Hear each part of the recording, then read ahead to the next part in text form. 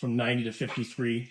Can you sense a difference in the players and I don't know, the anxiousness and whatever goes into that? Yeah, I think guys are excited. You can feel that. And they see that's, everything kind of been installed for a while now. So we're just tightening up the details of those things. And everyone knows we're getting closer. And it's just the excitement starting to build as we grow closer together.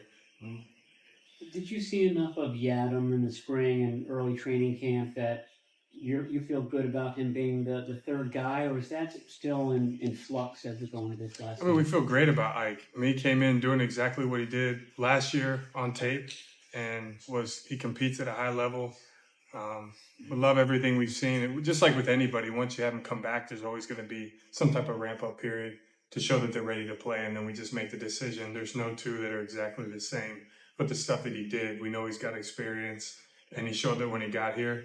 So yeah, just excited to have him get back and get him rolling again. How's Renardo Green been playing on the outside? He started out on the inside looking pretty good.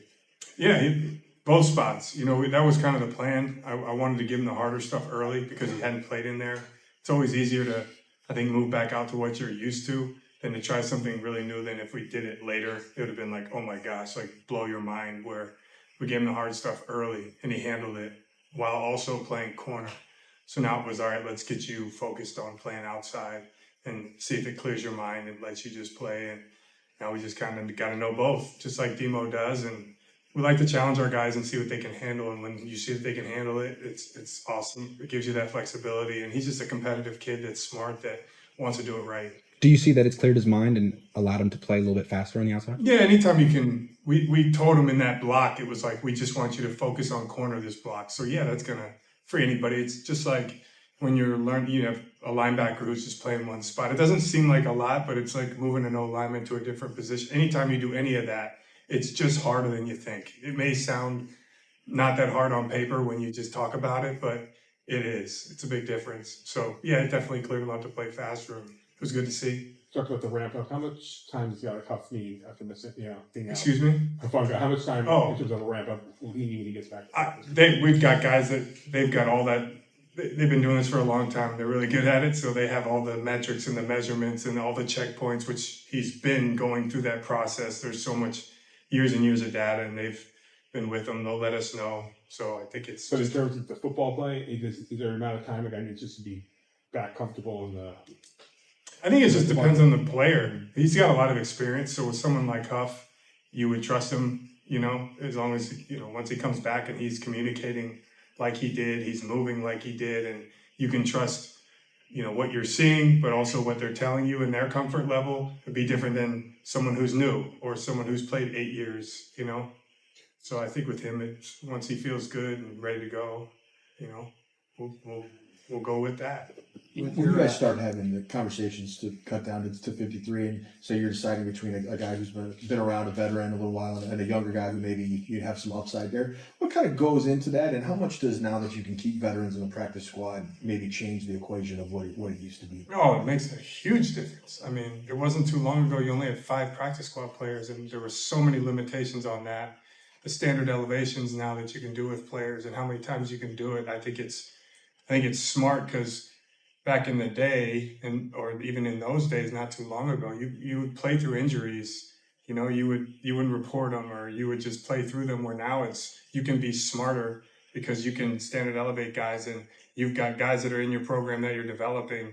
The 16, and 6 of them are veterans, which I think also extends the careers of these guys that all feel like you could play longer if you just had a chance that you could hang around. So it also makes the whole onboarding of players a lot better too, where they're not just showing up on a Monday workout and then you sign them and meeting with them on Tuesday and shoot, they could play that week. That still happens, but you usually want to keep guys that are in your program. And I think that permeates throughout the league. And not only is it good for injuries, it's good for the product of football in the NFL. You see guys that already know what they're doing because they've been on your team on practice squad. Being that your side of the ball has been pretty clean in terms of injuries, knock on wood, but do you feel good about where you're at? I know you said before you're never going to be totally satisfied, but is this about where you hope you'd be at this point? It is, because of the mindset of the guys. I think everyone likes who they're playing with, and they like how everything is progressing. Like I said, we try to make stuff harder for guys, and the communication's good, the energy's good, and in that respect, I am pleased. You're never totally happy, but as far as our progress, how our guys are, our coaches are coaching, how the players are getting coached, and how they're working together and getting closer together. They work hard every single day, and that's really, to me, it's a day by day. I know I've said it before, of work hard, get better. It's just, and being short-sighted like that's a good thing, I think.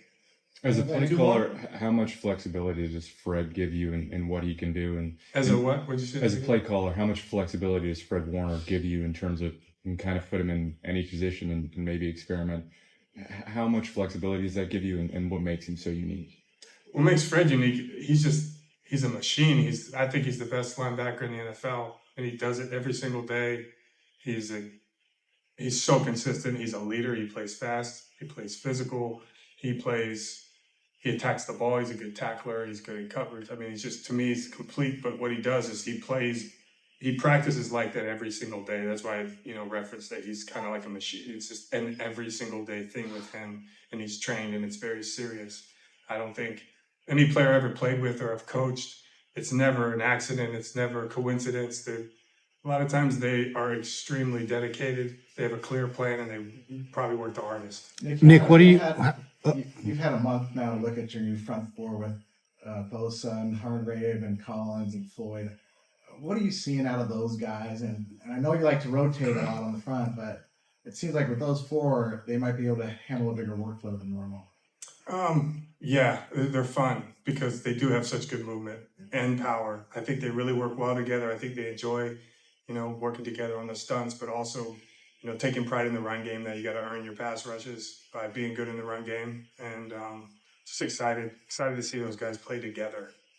Nick Graham looks pretty special, and what does he need to do as far as development to get to that next level? So he's running with the ones.